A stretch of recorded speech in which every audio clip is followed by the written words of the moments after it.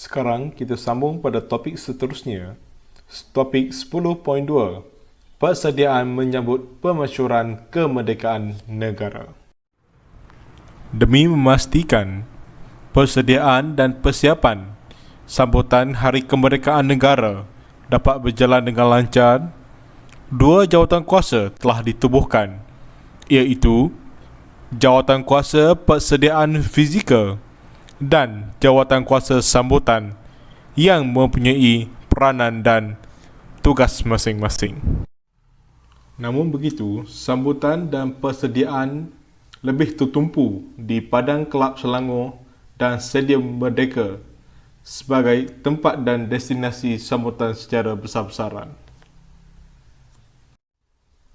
Dua tarikh ini merupakan tarikh penting dalam persiapan menyambut kemerdekaan negara. Pada 8 Julai 1957, Tunku Abdul Rahman berucap dalam Radio Malaya menyeru supaya seluruh rakyat meraihkan Hari Merdeka dengan penuh bermakna, supaya tetap kekal dalam sejarah negara. Manakala pada 3 Ogos 1957, Datuk Abdul Razak Husin memaklumkan melalui Radio Malaya tentang atur cara sambutan kemerdekaan pada 31 Ogos 1957.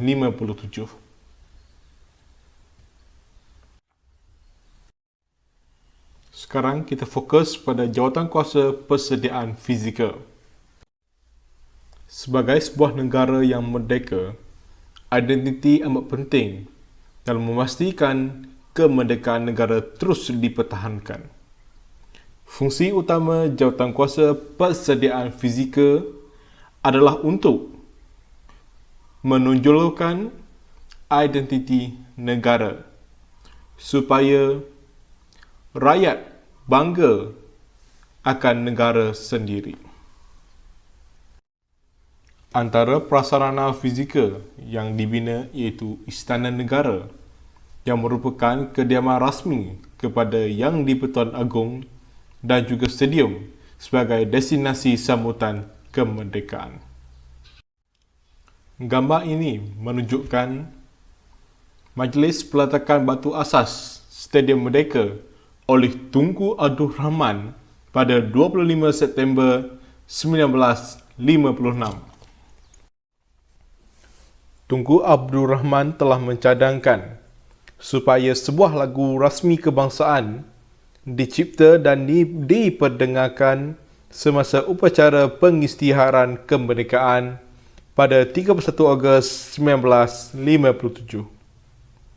Sebuah jawatankuasa pemilihan lagu kebangsaan telah dibentuk yang dipengerusikan oleh Tunku Abdul Rahman dan dibantu oleh Yaakob Abdul Latif yang merupakan pengarah Jabatan Penerangan. Lagu Negaraku dicipta sebagai lagu kebangsaan negara yang berasal dari lagu Terang Bulan, iaitu lagu Negeri Perak yang ditulis oleh Saiful Bahari. Ini merupakan contoh lirik lagu Negaraku yang telah dipilih sebagai lagu kebangsaan. Saya yakin dan saya percaya bahawa semua murid-murid akan menyanyikan lagu Negaraku pada setiap pagi di sekolah masing-masing dengan penuh semangat supaya semangat patriotik terus membara dalam jiwa masing-masing. Penggunaan bendera Persekutuan Tanah Melayu yang telah sedia ada akan dijadikan sebagai bendera kebangsaan.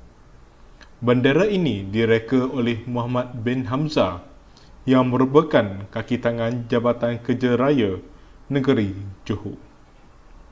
Bendera Persekutuan mula dikibarkan secara rasminya pada 26 Mei 1950 di Istana Sultan Selangor. Apabila kita teliti bilangan jalur dan bilangan bucu pada bintang bendera pada tahun 1957 dan bilangan jalur dan bucu bintang pada bendera 1963. Mengapakah bilangan jalur dan bilangan bucu pada bintang tersebut berbeza?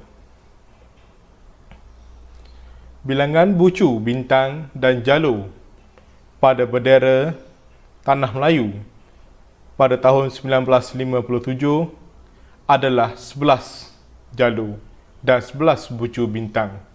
Manakala pada bendera Malaysia pada tahun 1963 adalah 14 jalur dan 14 bucu bintang.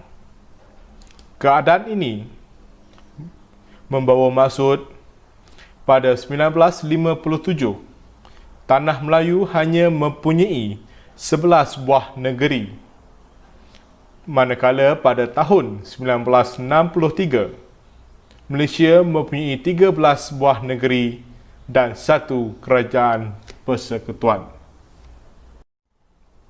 Setiap komponen dan warna dalam bendera membawa maksud yang tertentu.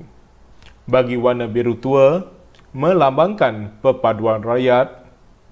Warna kuning bermaksud kedaulatan raja berperlembagaan. Warna merah melambangkan keberanian. Warna putih melambangkan kesucian. Anak bulan membawa maksud agama Islam sebagai agama rasmi, dan bintang pecah 14 menunjukkan perpaduan 13 buah negeri dan kerajaan persekutuan. Penggunaan jata negara diperkenalkan oleh Raja-Raja Melayu pada 30 Mei 1957. Jata negara diubah suai dari semasa ke semasa bermula tahun 1895 hingga tahun 1965.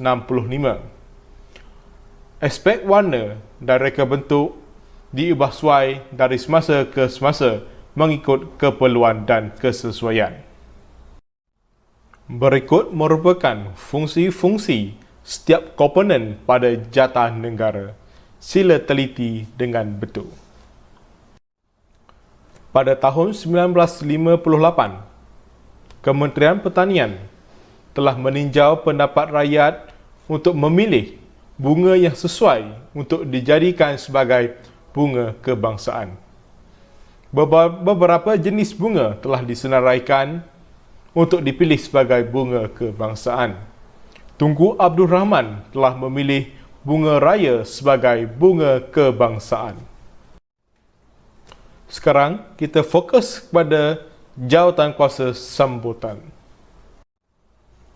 Fungsi utama jawatankuasa sambutan adalah untuk memastikan sambutan Hari Kemerdekaan menjadi meriah dan bermakna.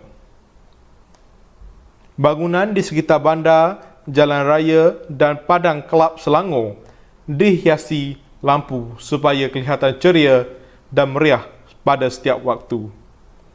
Sebanyak 75,000 bendera Persekutuan Tanah Melayu ditempah khas dari kilang di Jepun dan dibawa menggunakan kapal laut. Ini merupakan contoh-contoh perhiasan pitur gebang menggunakan lampu di sekitar jalan raya bagi persediaan menyambut kemerdekaan yang dijalankan oleh jawatankuasa sambutan. Pakaian khas untuk menteri dan pegawai tinggi kerajaan telah diilhamkan oleh Tunku Abdul Rahman, iaitu pakaian dari negeri Kedah yang dikenali sebagai baju muskat yang telah diubah suai dengan seluar satin hitam bersongket bersamping tengkolok untuk menteri. Seramai 300 orang pegawai kerajaan telah menghadiri kursus berkaitan dengan protokol untuk mengendalikan protokol majlis sambutan Hari Kemerdekaan. Pegawai-pegawai yang terlibat merupakan pegawai penerangan, pegawai pengirim tetamu dan pegawai jemputan luar negara yang diadakan selama 3 hari. Semua rakyat Persekutuan Tanah Melayu amat teruja untuk meraihkan Hari Kemerdekaan Tanah Melayu sehingga menyebabkan semua tiket bas dan tiket kereta api habis dijual